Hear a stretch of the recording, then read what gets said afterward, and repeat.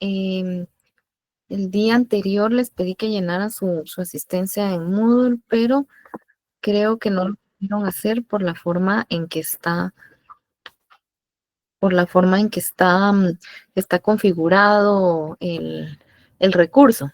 Entonces, en estos días yo les voy a estar tomando la asistencia, no tienen que hacer nada, yo soy la encargada de darle un clic ahí a la asistencia para que se guarde y yo les avisaré en qué momento está ya configurada para que ustedes lo puedan hacer individualmente.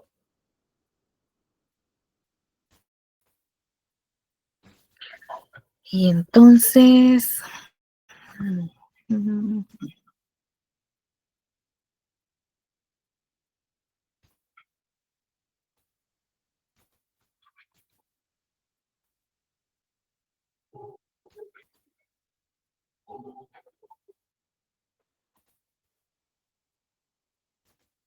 entonces el día de hoy vamos a terminar con el tema que teníamos pendiente, que es Introducción a la moderna gestión del talento humano.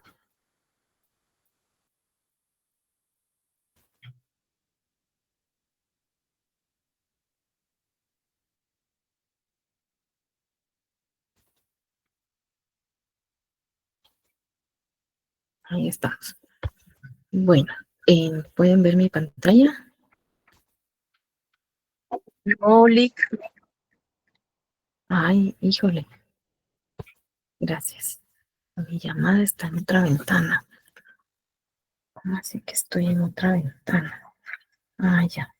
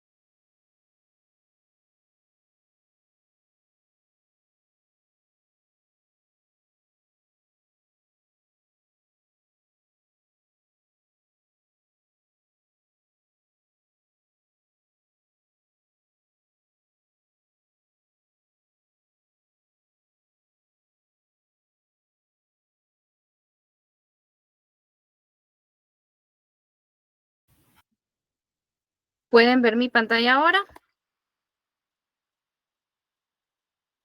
Sí, licenciado. Gracias. Bueno, entonces les decía que vamos a terminar de ver la parte que nos quedó pendiente, las diapositivas que quedaron pendientes del tema de gestión, de introducción a la moderna gestión del talento humano. El día de ayer nos quedamos vimos el proceso, desde el proceso que puede componer la moderna gestión del talento humano, que se compone de estos 6 elementos: admisión, aplicación, compensación, desarrollo, mantenimiento y monitoreo de personas.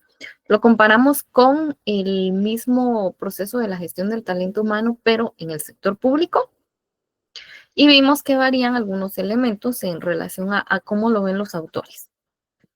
Hablamos también de las funciones que están a cargo de la gestión del talento humano. Todas estas funciones que están descritas aquí son algunas de las que están mencionadas aquí: reclutamiento y selección, diseño de cargos, entrenamiento, y estos elementos que están aquí son los que cada unidad administrativa de recursos humanos tendría que estar desempeñando. Por esa razón se recogen y se colocan aquí como las principales funciones que deberían estar abordando las unidades administrativas de recursos humanos en cualquiera de sus ámbitos, ya sea direcciones, departamentos, secciones, etcétera.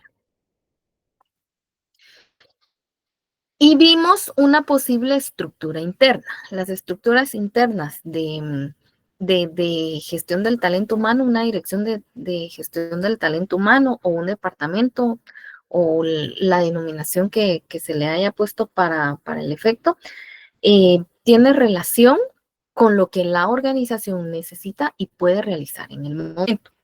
¿A qué me refiero con eso? Lo que necesita es que, según el tamaño, según su funcionamiento, entonces van incrementándose las necesidades. Y los recursos disponibles para implementar esto dependerá también de qué tan grande sea la organización. Normalmente, organizaciones pequeñas con recursos limitados, eh, incluso no pueden siquiera tener una unidad administrativa de recursos humanos, sino tienen a una persona encargada de recursos humanos, un solo puesto en lugar de tener una unidad administrativa, un solo puesto que se encarga de todo.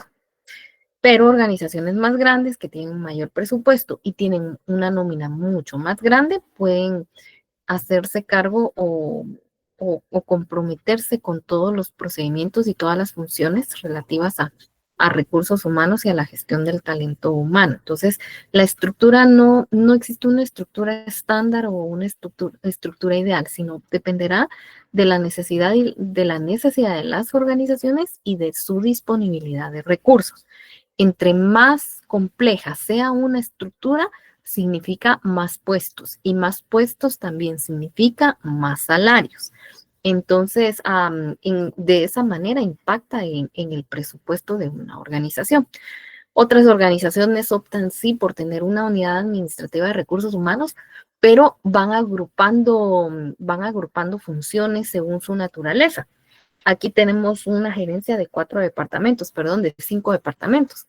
Sin embargo, esta gerencia de 5 departamentos puede reducirse a solo 2. Por ejemplo, un departamento de acciones administrativas de recursos humanos, y ahí pone reclutamiento, selección, administración de puestos, y coloca y servicios al personal, y coloca otro departamento que sea un poco más enfocado al desarrollo al desarrollo profesional y organizacional. Entonces ahí va a colocar todas las demás funciones que están orientadas a propiciar el bienestar de sus colaboradores, como capacitación, higiene y seguridad, y así los agrupa según la naturaleza. Reduce el tramo de control de 5, los reduce solo a 2, garantiza que las funciones se sigan cumpliendo, y sin duda alguna también impacta positivamente en la reducción de la nómina y los salarios que eso conlleva. Así que no existe una estructura estándar, sino siempre va a depender de la necesidad que tenga la organización y de los recursos disponibles para poder implementarla. En su libro, ustedes van a encontrar un caso de discusión, y el caso de discusión está enfocado a determinar cuál es la responsabilidad y la función del área de recursos humanos. Chavenato explica que es una función de línea y al mismo tiempo es de staff. ¿Por qué razón? Cuando hablamos de línea, nos referimos a los que ejecutan, ¿verdad? Nos referimos a todas aquellas unidades administrativas que están al frente haciendo posible la parte operativa. Y el staff es todas aquellas unidades administrativas que se encuentran en el nivel estratégico realizando las funciones competentes para poder recomendar, para poder asesorar y recomendar. Trabajan siempre hacia arriba. Bueno, pues en este sentido y en la nueva era, la función o gestión del talento humano resulta ser una función de línea porque es una atribución que se le da a través no solo del reglamento orgánico de la organización, de la empresa, es decir, no solo a través de la estructura, sino también a través de sus herramientas administrativas como los manuales, sí, se les da autoridad para que ejecuten una función. A eso se refiere de línea. Recursos humanos está autorizado y respaldado para que ejecute todas las funciones relacionadas a gestión del talento humano, desde reclutar personal hasta monitorear. Es parte de sus atribuciones, es parte de su habilidad. Pero, ¿alguien comentó algo o levantó la mano? No, no, no, no, estamos bien. Ok. Entonces, al mismo tiempo, esa atribución que se le da a las unidades administrativas de recursos humanos es una función de staff. ¿Por qué se convierte en una función de staff? Porque los expertos de gestión del talento humano en una organización tienen la responsabilidad de ejecutar todos los procesos de recursos humanos en la parte operativa, pero también tienen la responsabilidad de asesorar a los demás gerentes de línea. En más de alguna ocasión ya en el transcurso del curso les he dicho, gestores de recursos humanos somos todos. Si usted tiene personal a su cargo, usted automáticamente es un gestor de recursos humanos, que porque así no se denomina el puesto, no tiene que ver en ese sentido. Nos convertimos en gestores de recursos humanos cuando tenemos personal a nuestro cargo porque tenemos que gestionar su talento y sus competencias en beneficio de la organización. Y resulta que nuestras especialidades son otras, que somos financieros, que somos mercadólogos, que somos ingenieros, que somos doctores, que somos docentes, que tenemos diferentes áreas de especialidad, de diferentes áreas del conocimiento. Entonces, recursos humanos no es prioridad. Gestión del talento humano para nosotros no es prioridad. Sin embargo, se tiene que convertir en una prioridad porque voy a ejecutar mi trabajo y voy a presentar resultados a través de los recursos que me brindan para eso. Y el principal de ellos son las personas. De esa cuenta me convierto en una gestora de recursos humanos, una gestora del talento humano, y entonces quienes sí son los expertos tienen la responsabilidad de asesorarme.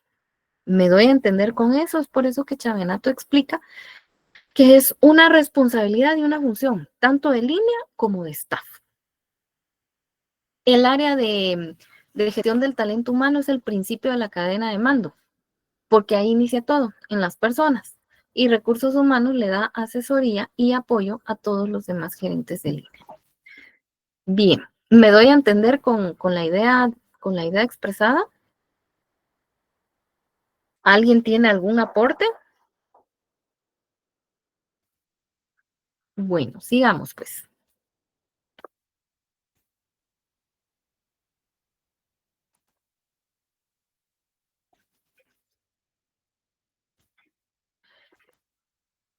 En cuanto a la descentralización, a la centralización y descentralización de la gestión del talento humano, Chavenato explica los pros y los contras. Que la pregunta original es que es mejor tener una unidad administrativa centralizada o descentralizada. Bueno, pues las respuestas van en torno a las siguientes ideas, depende. A algunas organizaciones les conviene tener una unidad administrativa de gestión del talento humano centralizada y a otras les conviene tenerla descentralizada. ¿De qué depende? Depende de qué tan especializadas se encuentren, de qué tan grande o pequeña sea la organización para la cual ellos trabajan, depende también de los recursos y depende de la estrategia de la empresa. Pros de tenerla centralizada. Ventajas de tenerla centralizada, que todos los especialistas están en una sola unidad. Tengo a toda la gente experta en recursos humanos o en gestión del talento humano en una sola unidad. Eso me permite mantener una integración intradepartamental, que todas las demás unidades administrativas, cuando se trate de gestión de personas, van a ir o se van a abocar a la unidad especializada en gestión del talento humano. Mantenerla centralizada también mantiene delimitada y focalizada las funciones. Sabe exactamente hasta dónde llegan las funciones del área de gestión del talento humano y dónde empiezan las funciones en las demás unidades. Y finalmente, es ideal y más común en pequeñas empresas, porque no se necesita gastar recursos en descentralizar o hacer una unidad más grande si lo que se necesita para funcionar con la cantidad de personas que tiene la organización lo puede hacer una unidad administrativa pequeña. Las desventajas de la centralización es que concentra las decisiones en un solo órgano. Las decisiones relacionadas a la gestión del talento humano las va a concentrar únicamente en el órgano administrativo de recursos humanos o de gestión del talento humano. No existe la posibilidad o la apertura de que otras unidades participen también de la toma de decisiones, porque ahí están los expertos. La homogenización de prácticas. La homogenización de prácticas o la estandarización de prácticas no es negativo, al contrario, es una es una buena práctica, es una ventaja para las organizaciones. Sin embargo, cuando tenemos homogenizadas, cerradas y selladas las prácticas y no existe la posibilidad de modernización o de innovación, entonces colaboramos al status quo y no siempre es el que le hace bien a la organización. A veces mantenemos malas prácticas bajo la sombrilla de que así se ha hecho siempre, así nos funciona y así se va a quedar. Entonces, es uno de los elementos vistos como desventajas de la centralización porque no permite la homogenización de prácticas, no permite la innovación. Otro de los contras es que mantiene las condiciones, el status quo, mantiene las condiciones, mantiene procesos, poca apertura a la innovación. Operación burocrática, operación y burocrática y burocracia, perdón, operación y burocracia. Las actividades son totalmente operativas y los procesos son engorrosos. Tienen elementos o pasos que no son necesarios, pero que se mantienen porque todos están de acuerdo en mantener la burocracia. Y como no está bajo discusión, no se saca a la luz o no se permite la opinión de otros entes que participan, entonces los elementos o la situación ayuda a mantener esa burocracia. Y finalmente, que existe una administración autoritaria cerrada a las opiniones y a las oportunidades de innovación. Cavenato también analiza la descentralización y dice que la descentralización tiene sus ventajas, las cuales son que le permite las unidades administrativas descentralizadas son las unidades administrativas, por ejemplo, que están o que forman parte de una organización, de organizaciones grandes que tienen la oportunidad de tener casas, se me escapa el nombre, que tienen la oportunidad de tener una casa central, una casa matriz y casas sucursales. De esa cuenta, entonces cada sucursal podría tener una unidad administrativa de gestión del talento humano. Y siendo así, entonces tendrían que mantener lineamientos específicos que salgan de la central que se van a acatar en cada una de las sucursales. Sin embargo, desde el mismo momento en que se descentralizó, entonces se tiene en cuenta que esos lineamientos no se van a mantener al pie de la letra, sino que cada sucursal los va a contextualizar según su necesidad, los va a adaptar a su necesidad, al tipo de personas, a la cultura en la que se encuentran y entonces en ese momento se habrá perdido el control total sobre la gestión del talento humano. Así bien, entonces, los pros de la descentralización, de descentralizar, de ubicar diferentes unidades administrativas de recursos humanos en donde se necesita, es que primero, ventaja, las decisiones en gerentes de línea, que cada gerente de línea o cada sucursal tiene la decisión final de qué va a hacer, a quién va a contratar, cómo va a llevar su proceso de contratación, bajo qué condiciones va a evaluar el desempeño, bajo qué condiciones va a capacitar a las personas, etcétera. Adecua prácticas a cada unidad en el conocimiento que cada unidad administrativa, si cada unidad administrativa maneja su propia cultura organizacional y su propio clima organizacional, no se diga cuando se trata de sucursales que están en áreas geográficas distantes a la casa central, se encuentran y se enfrentan a a una cultura que también es a una cultura que también está influenciada por la sociedad. Brian levantó la mano. Adelante. Sí, mi duda es cuando habla de recursos humanos como consultores, como del lado de staff, ¿verdad? Así es, Ah, ok. así es. Muy bien. Gracias. Exacto. Y no necesariamente tiene que ser un consultor, o cuando digo consultor, no necesariamente voy a pensar en alguien externo fuera de la nómina, sino es tal cual como aparece aquí. La unidad central, dígase gerencia o dirección de recursos humanos de planta central, se vuelve un consultor para todas las demás sucursales. Ellos asesoran, ellos dan los lineamientos, ellos les apoyan en poder realizar sus funciones de gestión del talento humano. Se focaliza en el cliente interno, cada quien le da ese enfoque y finalmente favorece también la administración participativa. Ahora, en este caso, cuando se descentraliza, la gerencia de recursos humanos central no tiene que estar pendiente de todas las demás, sino únicamente establecer lineamientos porque la parte normativa no se descentraliza, la parte normativa se mantiene centralizada, sino es solo la parte operativa la que se debe de descentralizar. Sin embargo, en el proceso, en verdad y en la práctica, en el proceso es muy fácil perder el control. Las desventajas es que recursos humanos pierde fronteras y límites. Ahora está en todo y en todo lugar. Los especialistas de recursos humanos se dispersan, ya los especialistas, los expertos ya no solo están en casa matriz, sino ahora hay expertos en recursos humanos en cada casa o en cada sucursal. Y finalmente, que las necesidades que se pierden o que se evidencian las necesidades de intermediarios. Antes recursos humanos de la casa central tomaba el 100% de las decisiones, ahora no. Ahora, ahora hay intermediarios, se toman en otro lado, se consensuan a través de personas delegadas o intermediarios, y entonces eso hace también más burocrático el proceso de la toma de decisiones. Y bueno, ese es el contexto, entonces esas son las condiciones bajo las cuales, generales, bajo las cuales nace la gestión del talento humano y en las que se encuentra en este momento.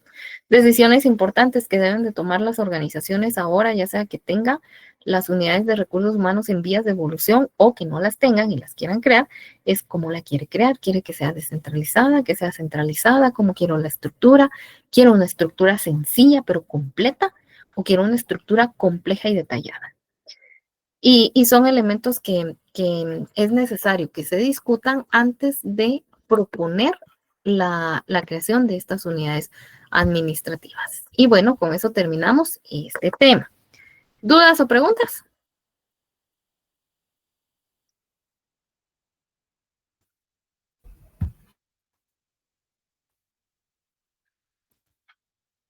Todo bien, Lita. Ok, bueno. Entonces, no voy a hacer preguntas de esto y voy a dar por hecho que el tema es sencillito y es solamente, estamos hablando únicamente de la introducción. Ahora voy a dejar de presentar aquí.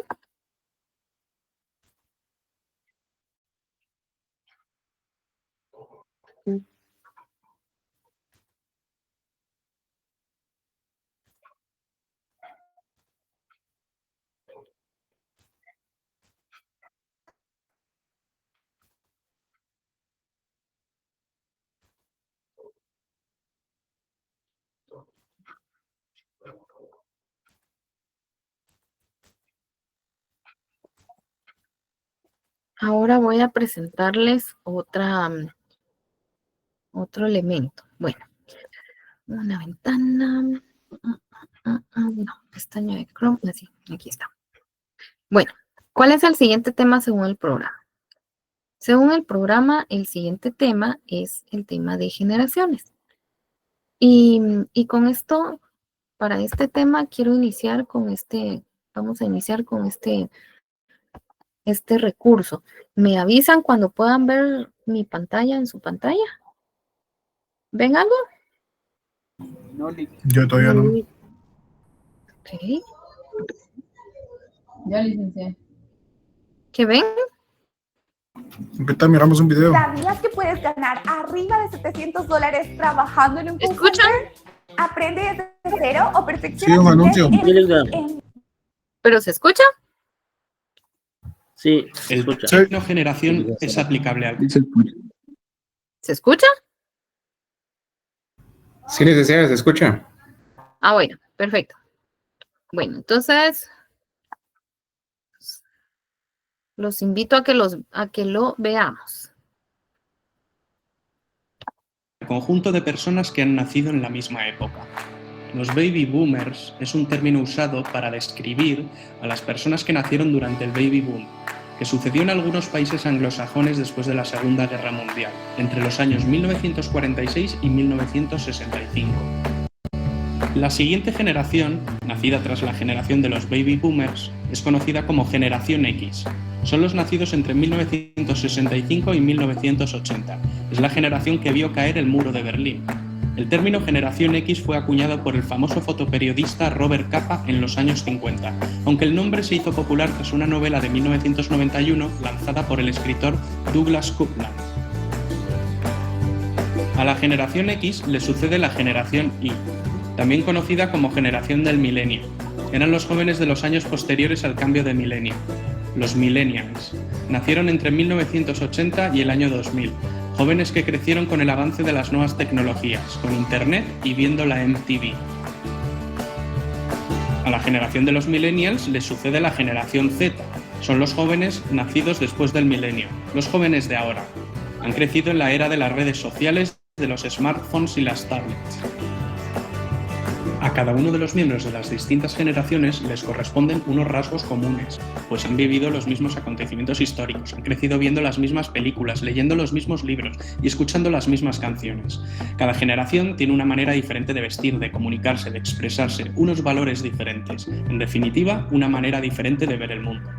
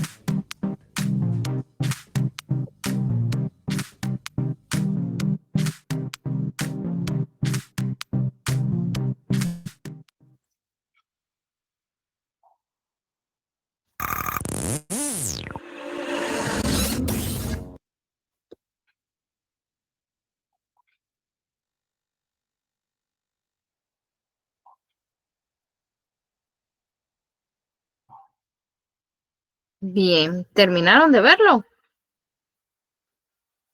Sí, Lick. Licenciado. Ok, sí, ahí estamos. Muy bien, bueno. Entonces, ahora sí, contexto. Contexto de este video es el siguiente. El tema que vamos a empezar a ver con ustedes ahora es generaciones, atrayendo al mejor capital, pero al mejor capital humano, intelectual. Pero es necesario que primero nos preguntemos por qué vamos a ver ese tema en este curso, en este momento, qué tiene que ver la diferencia o las características que diferencian a las generaciones que, mm, que han sido identificadas desde 1900 a la fecha en el área de gestión del talento humano. ¿En qué nos afecta? ¿En qué nos afecta? La pregunta fundamental es ¿en qué nos afecta?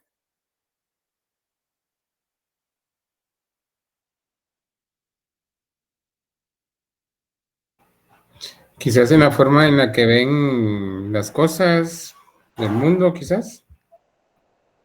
Ajá, ok, bueno, sí. Perdón, licenciada, tal vez en la forma también como perciben la gestión del talento humano, ¿verdad? Porque en otras generaciones a un tipo de personas pues se les podía exigir de alguna manera o demandar, mejor dicho, ¿verdad? Dependiendo de lo que la institución solicitaba. Pero hoy actualmente a los jóvenes o a esas edades, ¿verdad? Les exige un poco más, pues lo que hacen es ya no se presentan, ¿verdad? Tal vez por eso es que es necesario conocer ese tema de las generaciones. Ok, también, sí, igual que Giovanni, sí, José, excelente, muy bien. Son elementos que se deben de tomar en cuenta a la hora del análisis. Adelante, Sharon.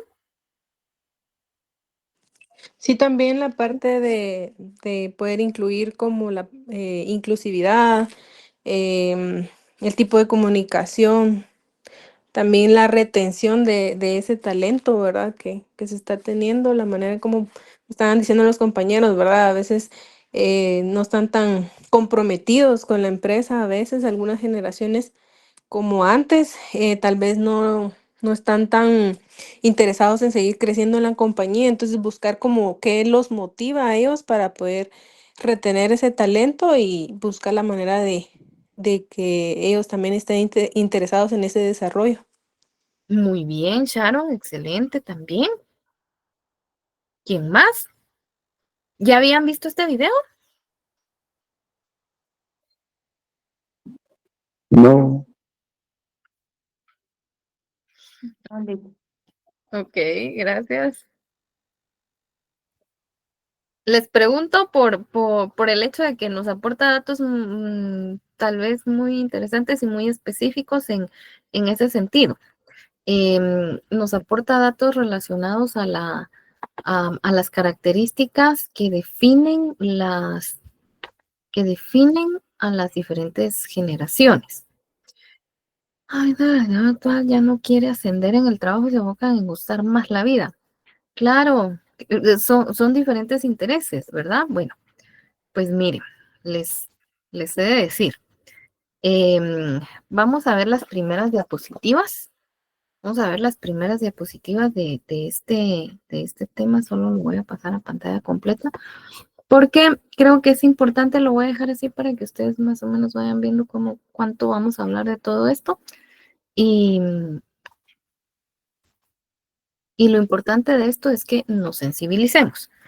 Bien, aquí me voy a detener en esta diapositiva. ¿Por qué razón?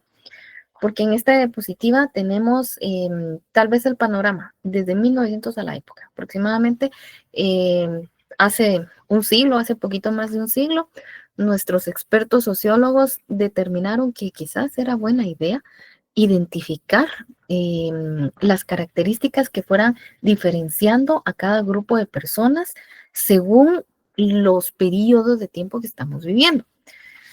Y ahora sabemos que hemos cambiado, que esas características que nosotros tenemos no solo se deben a la evolución social, sí, a la evolución social como sociedad propiamente dicho, a nuestras creencias, a nuestros valores, a nuestra cultura, sino que también ha sido principalmente influenciado por los grandes cambios que han impulsado los cambios en nuestra cultura o que han influenciado esos cambios en nuestra cultura. ¿Qué cambios importantes han pasado en la historia desde 1900 a la fecha, por ejemplo, que consideramos hayan influenciado cambios en el comportamiento de nosotras las personas? Dígame, perdón, Giovanni. La tecnología es una de ellas. Ok, la tecnología, sí. Cambios históricos Las redes importantes. sociales. Las redes sociales, ok, sí. ¿Qué más? ¿Qué más? La educación, licenciada. La educación, ok, pero estos son elementos que han sido parte de la evolución. Eventos que nos han causado traumas y nos han obligado a cambiar. Evelyn, adelante. Pandemia, La pandemia, muy bien. A principios de 1900 vivieron una pandemia en España también, excelente.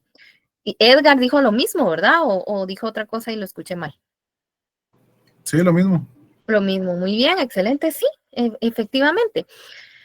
Las sociedades cambian y somos parte de la evolución y la evolución nos envuelve y nos envuelve y nos lleva o nos causa traumas que nos dejan traumas insuperables. Bueno, no es el caso porque el ser humano se adapta a lo que encuentre el ser humano, pues ya sabemos en carne propia que nos adaptamos y que todo se puede superar. Sin embargo, la historia nos ha demostrado que los cambios más importantes y más sustanciales y más significativos en la historia de la humanidad han venido de eventos catastróficos, como por ejemplo una pandemia, como por ejemplo una guerra. Nada mejor que una guerra para impulsar la economía la economía, la tecnología, la salud, la educación, todo, para impulsar los cambios positivos en todo. Y usted me dirá, qué feo. ¿Cómo vamos a darle ese valor a una guerra? Bueno, sí, qué triste, pero es lo cierto. Cuando las naciones entran en guerra, según nos ha demostrado la historia, reúnen todos sus recursos, le quitan recursos a todo lo demás, educación, la ciencia, la investigación, todo pasa a segundo plano. Y lo que está en primera medida en el escenario, lo más importante, a lo que le inyectan todos los recursos, es a lo bélico, a la industria bélica, ya sea al desarrollo de armas, de estrategias, etcétera. Y cómo se llama, y eso impacta positivamente en las sociedades posteriormente, pero en el momento le inyectan todo lo que tienen, los recursos físicos, financieros y todo lo que pueden a la industria bélica, a la guerra, a defenderse, a mantener su soberanía.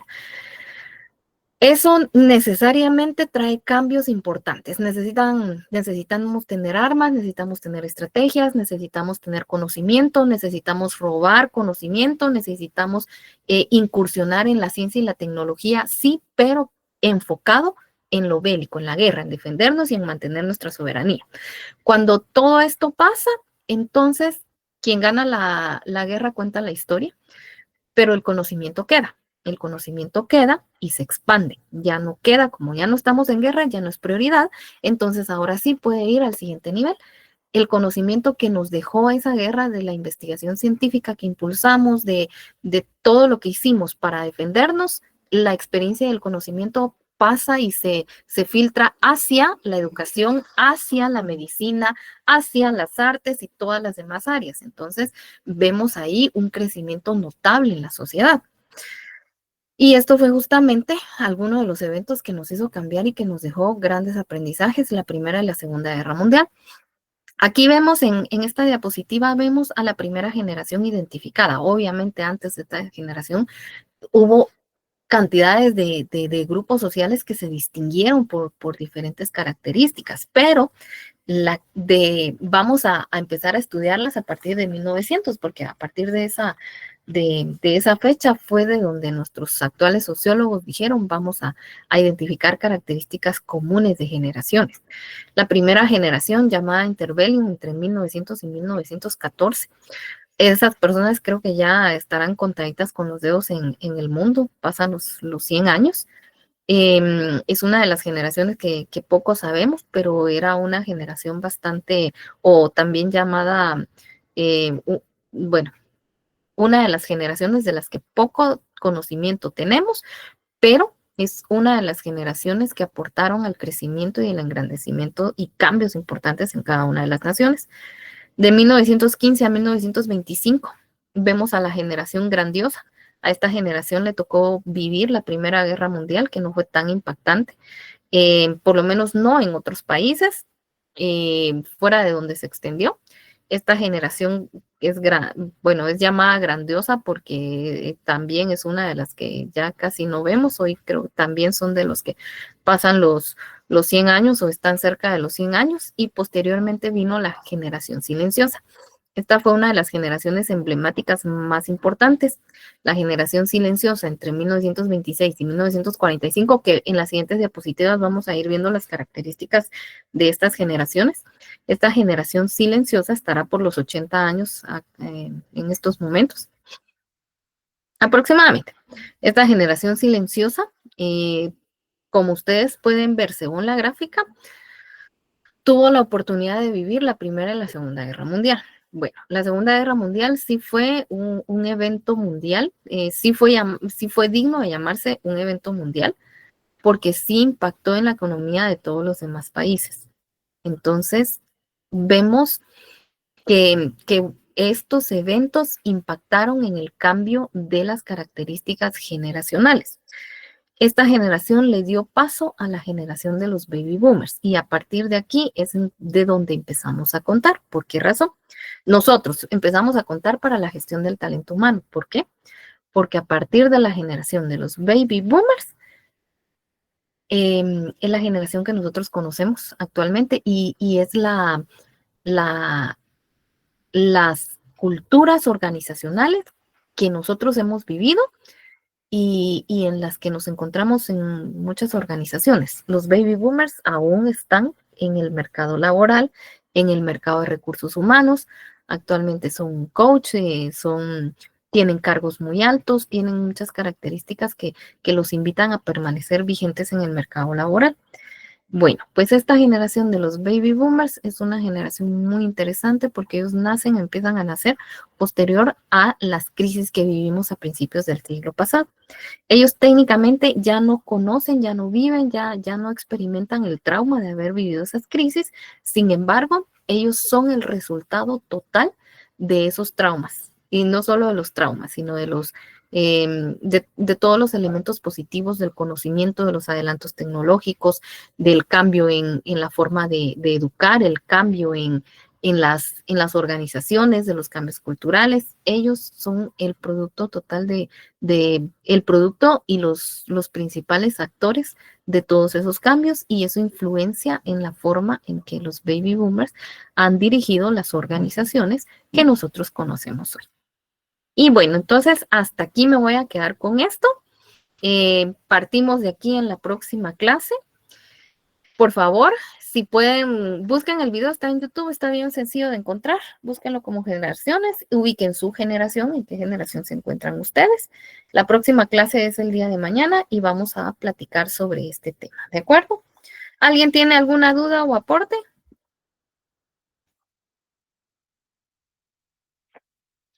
Vale, gracias.